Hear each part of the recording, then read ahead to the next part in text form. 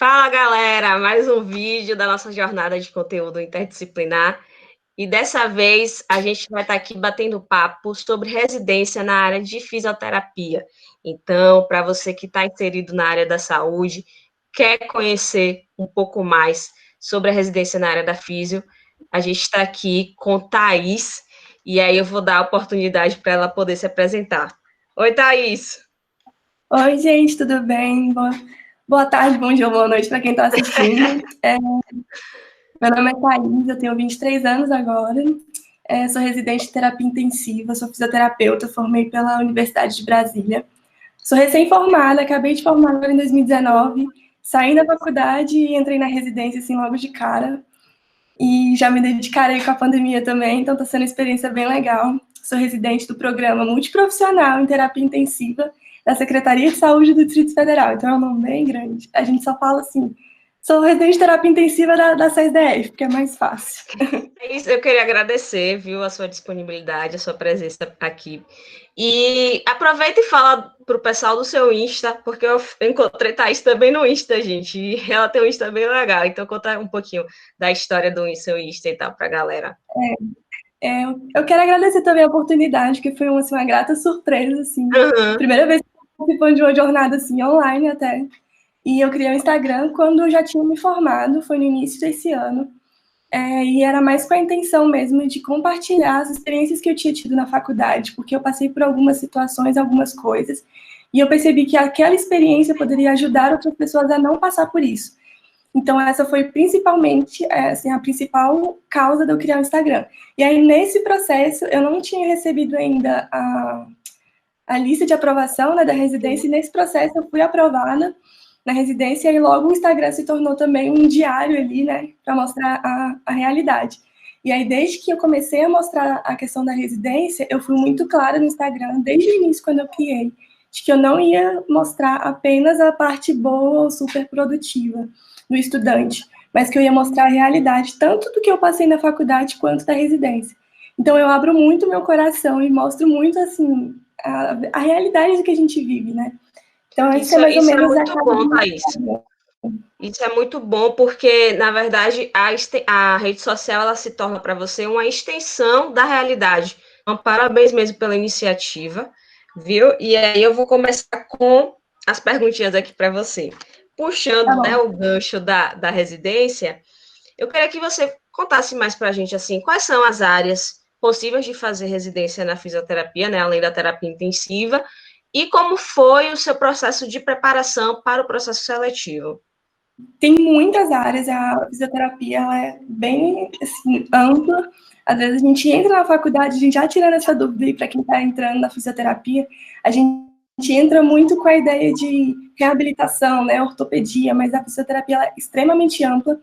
E queria citar um post da residente de físio, da Kelly, que ela trouxe um post assim, eu fui lá e peguei porque realmente está bem completo. Eu vou falar aqui algumas áreas.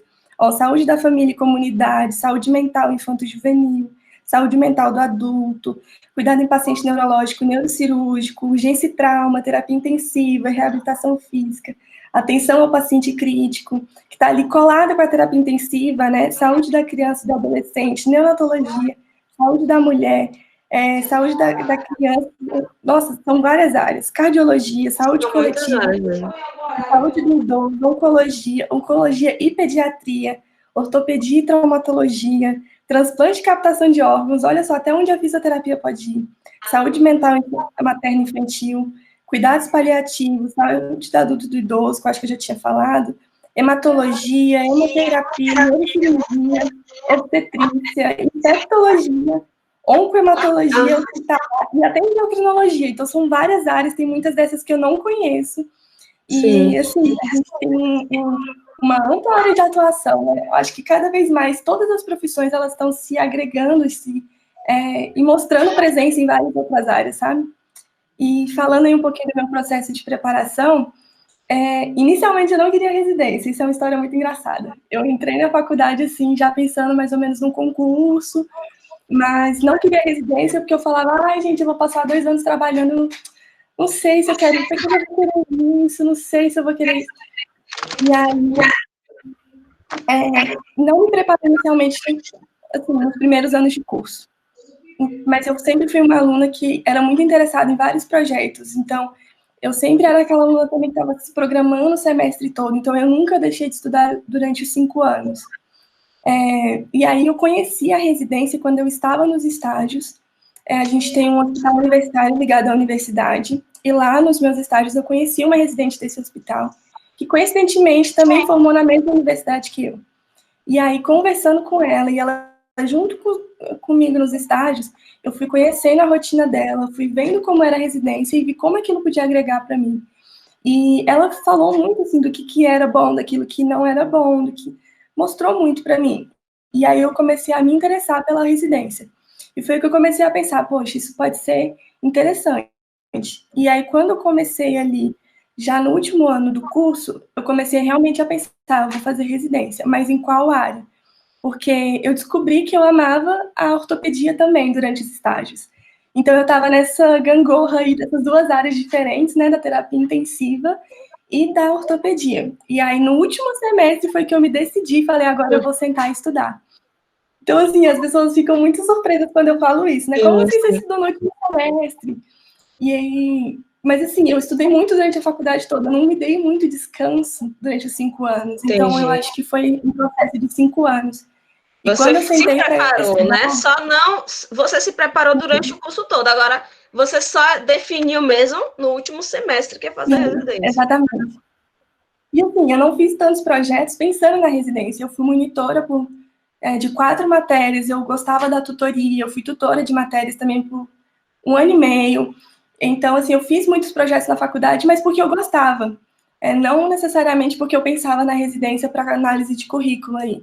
E aí, no último semestre, quando eu decidi pela terapia intensiva e realmente pela residência, eu fiz um estudo estratégico, que foi quando eu peguei o edital, pesquisei os locais, decidi fazer aqui em Brasília, que eu sou daqui, eu não queria me mudar, preferencialmente eu tentaria fazer aqui primeiro, e fiz uma análise do edital, peguei as provas anteriores, porque no meu edital não cai, não vem trazendo o que vai cair, né? Então eu tinha que estudar as provas anteriores, estudei as 4 provas anteriores, vi o que caía, vi os assuntos mais recorrentes, resolvi essas provas, vi o que eu não sabia daquilo, vi o que eu tinha dúvidas daquilo, e fui estudando focado nisso. Então eu comprei os livros da Sanar de questões, porque eu precisava de um estudo que fosse mais rápido, digamos assim, porque o último semestre eu estava fazendo créditos além do que eu deveria, eu estava extrapolando os meus créditos no último semestre para poder formar. Então eu estava naquele nível de estresse, eu não tinha condições de ficar lendo apostilas muito grandes. Eu tinha que aproveitar os 5 minutinhos entre uma aula e outra, entre um paciente e outro. Então eu estudei muito por questões e focado naquilo que eu sabia e o que eu não sabia, e analisei bastante a questão das provas. Eu gosto de testar antes, eu aprendi isso no vestibular, de saber até onde eu posso ir. E não sei como é o processo seletivo daí, aqui a gente tem uma banca, que é o CESP, né? Que uma errada, uma certa. Então, eu já era acostumada mais ou menos com isso. E a banca, onde eu prestei a prova, eram mais ou menos assim, 2 erradas anulariam uma certa. Então, eu sabia mais ou menos até onde eu poderia ir, até onde eu poderia arriscar. Então, quando eu saí da prova, e que todo mundo falou assim, como você marcou tantas questões? Eu falei, eu sabia até onde eu podia ir, porque eu já tinha treinado com as provas anteriores. Eu já tinha feito provas anteriores, calculado quanto eu tinha acertado, errado ali, feito as contas. Então, eu sabia mais ou menos, e foi similar a minha nota às provas de teste e à prova da residência. Então, isso foi muito legal. Isso aí é uma super dica, viu, Thaís, de estar realmente revisando, né, praticando com as provas anteriores. Em relação à prova, o conteúdo é o mesmo esquema, assim, de SUS e assuntos específicos da fisioterapia? Aqui, especialmente, não cai tanto SUS. A gente não tem essa carga do SUS aqui. Principalmente da SES, né? Na outra residência que a gente tem aqui, que é a do HUB, caiu o SUS nesse ano, que é ano passado, né? Mas na minha não caiu e não cai geralmente. Cai algumas questões, assim, muito pontuais, que, claro, a gente acaba tendo noção porque a gente estuda isso na faculdade, mas não cai essa carga de SUS. E aí, geralmente, tem uma base para todas as profissões, assim, fisioterapia generalista, mas cada programa de residência vai ter questões focadas na área. Então, por exemplo, algumas questões da minha prova de saúde do adulto e do idoso foram similares, mas cada prova teve a sua especificidade. Então, caiu mais questões de respiratório para mim, caiu mais questões de terapia intensiva, mas teve ali aquela área que foram iguais, né, para as várias áreas da fisioterapia. E aí tem a segunda fase, que é a análise curricular. A minha análise curricular, na verdade, a gente entregou antes de prestar a prova. Eu não submeti muitas coisas. Como eu falei, eu fiz alguns projetos na faculdade, mas eu não gostava muito da área de pesquisa e de extensão até, sabe? Eu gostava muito da área de ensino. Então, eu fui monitora de 4 matérias, então eu tinha essas monitorias, eu tinha um programa de tutoria que eu participei de 2 programas, fiz extensão, fiz pesquisa, eu tinha PIBIC, projeto de iniciação científica, projeto de extensão, alguns artigos que eu apresentei, alguns trabalhos que eu apresentei, mas não foram muitos, eu tive 5 pontos, mais ou menos, de análise de currículo.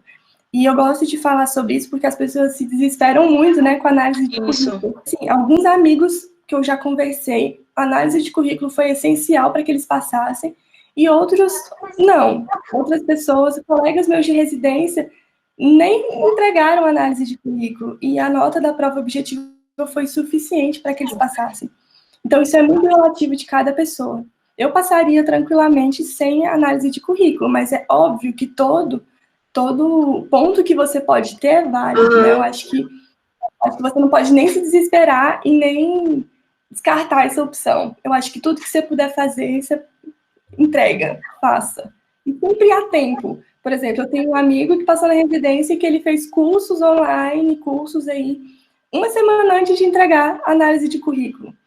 Então, sempre há tempo para você fazer algo para acrescentar seu currículo. Sempre há tempo. As pessoas se desesperam muito assim. Eu tô no 7º semestre, eu quero residência, mas eu não tenho currículo. Calma, gente, você tem aí 1 ano e meio, você tem 2 anos para você se preparar para isso ainda. Analisa bem o edital onde você vai prestar a prova, porque o meu edital pode ser super diferente do edital da USP. Então, não adianta me preparar também sem saber o que eu quero. Eu acho que isso também é muito importante quando a gente se prepara para residência e para qualquer concurso.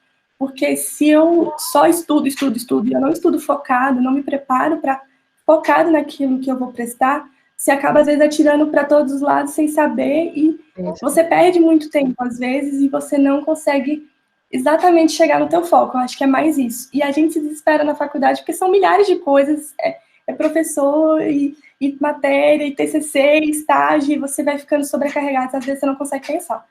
Mas eu peguei essas dicas para mim e segui em frente. Eu acho que isso aí foi fundamental. Massa, Thaís, muito bom.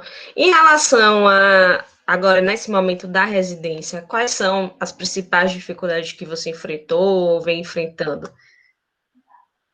Então, isso aí é uma história legal para se contar. Eu achava que os 32 créditos que eu fiz no último semestre eram pesados, até me deparar com 60 horas semanais. Eu sabia que seria pesado porque eu conhecia uma residente, mas eu acho que por conta da pandemia, tudo ficou mais intenso. A terapia intensiva, ela já é intensa. Quando você está lidando ali com paciente crítico, são muitas emoções à flor da pele. A gente chega recém-formado, sem experiência, e você chega numa alta cobrança do sentido de que você é fisioterapeuta, você já é um profissional formado, então você tem que ter segurança daquilo que você vai fazer. Só que não é assim, você está na residência para aprender. E os preceptores, quem está ali te acompanhando sabe disso, principalmente quando você chega dizendo, eu não tenho experiência nisso e eu estou aqui para aprender. Então, a autocobrança, assim, foi uma coisa que pesou muito para mim no início. Eu queria aprender o máximo possível para que eu não incomodasse mais os outros profissionais pedindo ajuda, por exemplo. E aí, com a pandemia, as coisas ficaram mais complexas, porque diminui a tua chance de erro no serviço. Você não tem mais tanto espaço para você errar, às vezes, porque você não sabe que tipo de paciente vai chegar. E, às vezes, um erro ali de paramentação, de desparamentação, você pode estar expondo você e a equipe ao erro. E esse estresse de você ser recém-formado, autocobrança, preciso aprender, preciso cumprir a carga horária, preciso proteger os meus, preciso me manter saudável. Nossa, vai criando uma bolazinha de neve se você não cuida bem. Então, eu fiquei muito doente agora nesse início de residência. Eu tenho 3 meses de residência, eu tenho 3 infecções já. Não é uma coisa legal, mas, assim, eu sei que é um período de aprendizado. Até eu entender ali que eu tinha o meu tempo de aprendizado e que eu tinha que me dar esse tempo para que eu aprendesse, eu ficasse tranquila dentro da UTI. O que é difícil também na terapia intensiva é você lidar com os óbitos, é você lidar com o sofrimento do outro, que é uma coisa que a gente não aprende na faculdade. A gente tenta ser o mais humano possível, a gente trabalha muito nesse sentido, dentro da UTI, a gente como equipe mesmo. E alguns pacientes a gente se apega, querendo ou não. Eles estejam sedados, entubados ou não. E às vezes é difícil você entender esse processo de vida. Então, até você começar a entender isso também foi muito difícil para mim. Já saí chorando de plantão, já passei final de semana chorei em casa, mas é um processo de aprendizagem, né? A carga horária também pesada, você não se adequa bem aos plantões longos, mas com o tempo você vai pegando o jeito, você vai se acostumando ali com aquela carga horária, com os plantões, você vai se acostumando com os procedimentos que estão sendo realizados, porque até isso você não se assusta quando chega, né? Hoje a gente já chega já tendo propriedade para ver aquilo, para entender aquilo e estar pronto para atuar, sabe? Eu entendo bem o que você está falando, Thaís, porque também na infectologia, né, por conta da pandemia, eu também tenho enfrentado assim, situações similares e só, na verdade, retoma tópicos que são fundamentais e que muitas vezes são negligenciados pelos profissionais de saúde, como quem cuida de quem cuida, porque Exato. muitas vezes a gente tem, e que é importante a gente ter o cuidado com o paciente, mas a gente, principalmente né, nós residentes que estamos ali com a sobrecarga da própria dinâmica da residência e ainda essa sobrecarga emocional, e fica aquela questão, quem cuida da gente? Né? Então, Sim. por isso que se a gente também não tirar um momento para a gente, ó, esse é meu limite, eu preciso fazer uma psicoterapia, eu preciso de um momento desconectada do mundo, enfim, se a gente também não se dá uma pausa, a gente acaba entrando também num processo de adoecimento, né?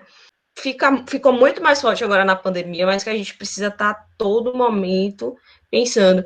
E outra coisa que eu acho muito bacana, assim, que você traz, é a questão da vulnerabilidade, que nós, profissionais de saúde, nós também somos, porque tem gente que acha que nós não choramos, tem gente que acha que nós estamos blindados de todo sofrimento, e não é assim, né? Eu mesmo, eu pessoalmente, eu tenho muita dificuldade de aceitar o fato quando falam assim, profissionais de saúde são heróis. Assim, eu agradeço esse reconhecimento, mas o título eu acho muito pesado, porque você ser salvador de vidas e ainda ter que lidar com tudo isso de forma a manter a sanidade mental é uma carga muito grande. Então, eu acho que são temas que a gente precisa estar sempre realmente trazendo à tona para estar desmistificando e mostrando que não, nós também somos seres humanos, nós também temos os nossos limites, estamos fazendo o nosso melhor, mas até onde podemos. Muito bom mesmo. Isso é uma coisa interessante da gente falar, porque, por exemplo, às vezes os próprios pacientes têm esse tipo de pensamento de estigma também, com a UTI até. Eu vejo muito isso. Eu cheguei na UTI, vou morrer, fazendo tudo que vocês podem me salvar, eu não quero.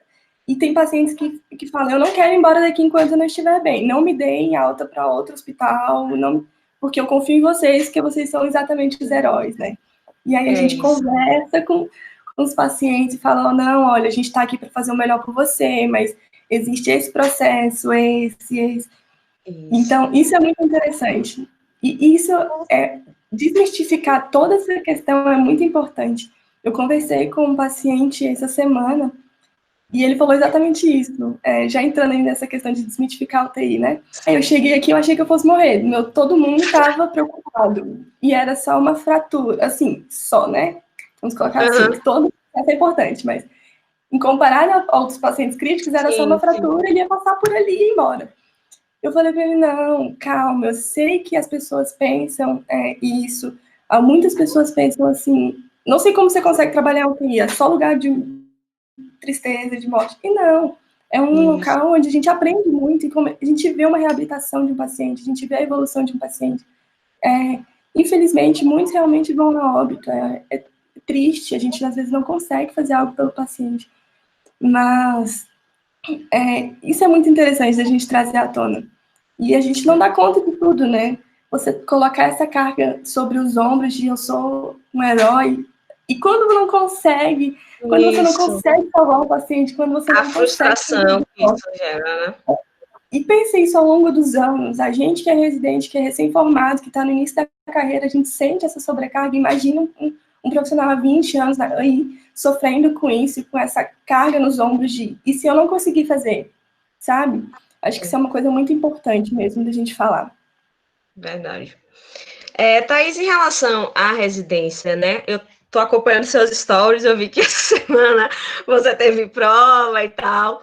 E aí eu queria saber como é estruturada a residência, assim, em relação a estágios, aulas teóricas, provas. Conta mais aí pra gente. A gente tem as 70 horas semanais, as 48 horas de prática e as 12 horas de teoria, né? É 80% prática e 20% teórica. Agora, com a pandemia, as coisas estão um pouco diferentes, né? A gente tem... Tá fazendo tudo EAD, tudo que é teórico EAD. Como estão sendo as provas? A gente tem as provas práticas nos cenários ao longo, acho que a cada 3 meses. Mas diariamente a gente está sendo avaliado, a gente tem as avaliações de desempenho, que a gente chama, mas que ela é mais uma conversa, que eu vou olhar assim, eu estou chegando no horário, eu estou tratando o paciente bem, como é que está sendo a minha relação com a equipe, como é que está sendo a minha relação com o preceptor. A gente tem essas avaliaçõezinhas tranquilas e tem essa avaliação prática, onde você vai escolher um paciente, no meu caso, você escolhe um paciente, você vai atender, seu preceptor está ali, no meu caso foi muito tranquilo, que ela só foi conversando comigo mesmo, a gente foi atendendo, e deu tudo certo. Agora, a parte teórica, a gente vai fazer toda online. Como é que é a questão da teoria da residência? A gente tem 2 eixos, o eixo transversal e o específico. Então, o transversal, ele é referente a todas as profissões, porque no meu caso é uma residência multiprofissional. Então, a gente tem aí o psicólogo, o enfermeiro, nutricionista, o dentista, o fisioterapeuta e o farmacêutico. Então, esse eixo transversal é referente a todo mundo. Então, a gente tem várias aulas referente a várias coisas dentro da terapia intensiva. Então, a gente teve aula já de sedação, hemodiálise, legislação dentro da UTI, vários conteúdos assim, e a gente tem o eixo específico, onde a gente vai ter ali as aulas referentes à profissão. E aí a gente vai fazer essas provas online agora essa semana, amanhã, nós teremos as nossas provas. Boa sorte. E aí vai dar certo, já deu certo. Eu acho que é mais ou menos isso. E em relação a estágios, Thaís, porque no seu caso, como é terapia intensiva, é só na UTI que vocês rodam ou tem outros locais? No primeiro ano, no R1, a gente roda em UTI de média complexidade. Na verdade, a gente fica em UTIs regionais, porque aqui a gente tem alguns hospitais que são referência e alguns hospitais que eles são direcionados para algumas patologias, e eles são os regionais.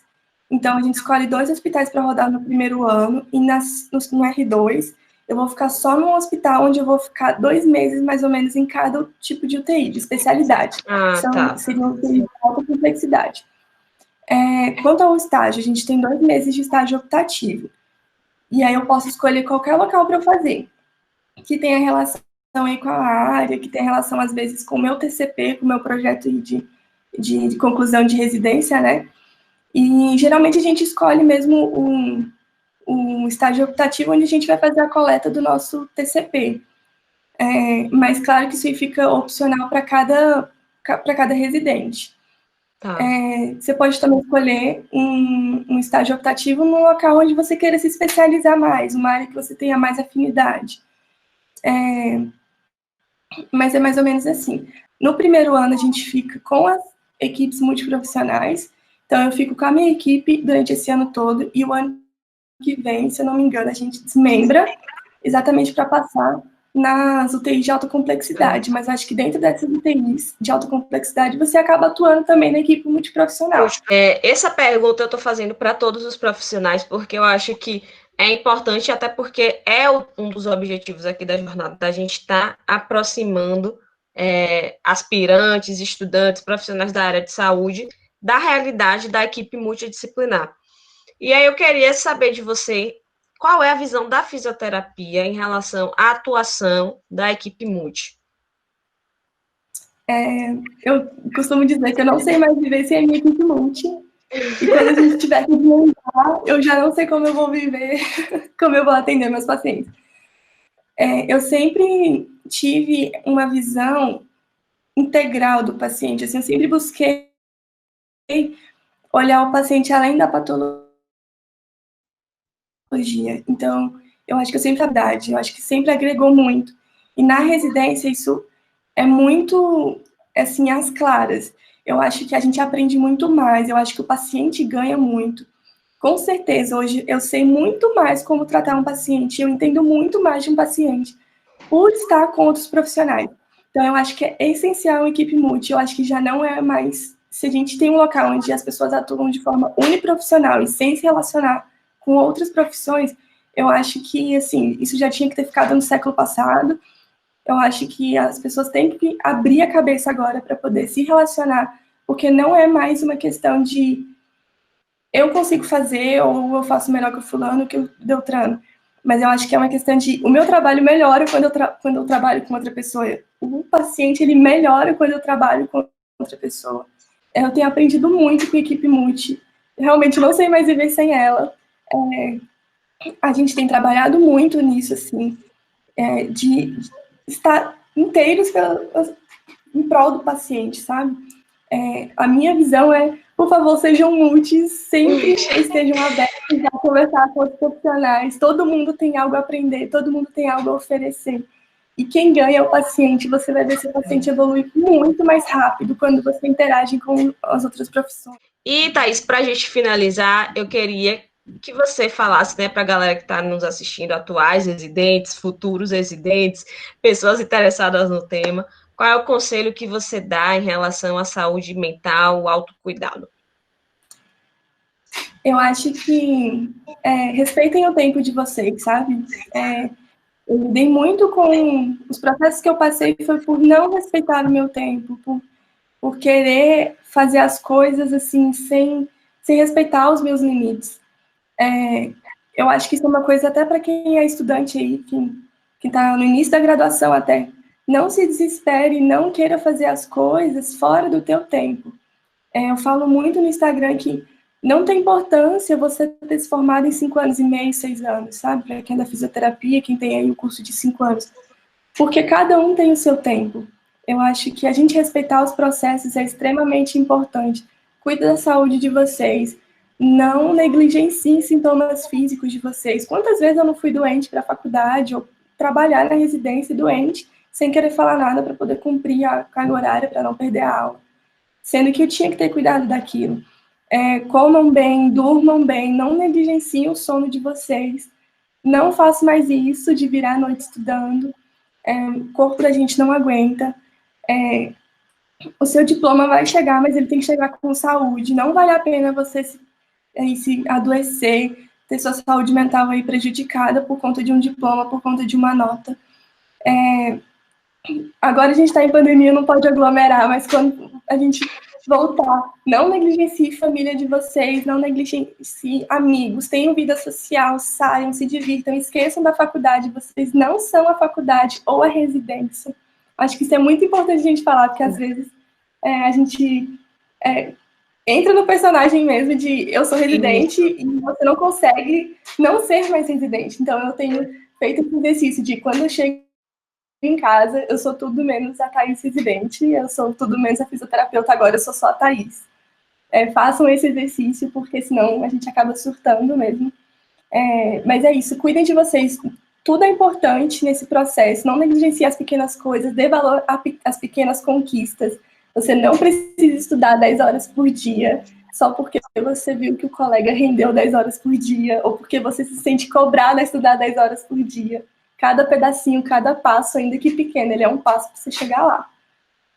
Eu não sei como é na fisioterapia, mas na medicina, assim, a percepção que a gente tem é que tem uma glamourização dessa cultura da exaustão, entendeu? Então, para você ser bom profissional, você precisa passar horas sem dormir, maratonando, estudando, e isso que eu e Mariana no Sides a gente quer romper, porque não existe isso, gente.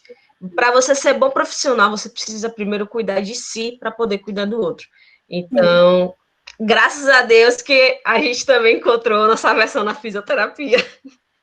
Thaís. Então, Thaís, eu queria te agradecer. Estamos todos aprendendo, de verdade, mas o melhor é isso, né? Tá em constante evolução.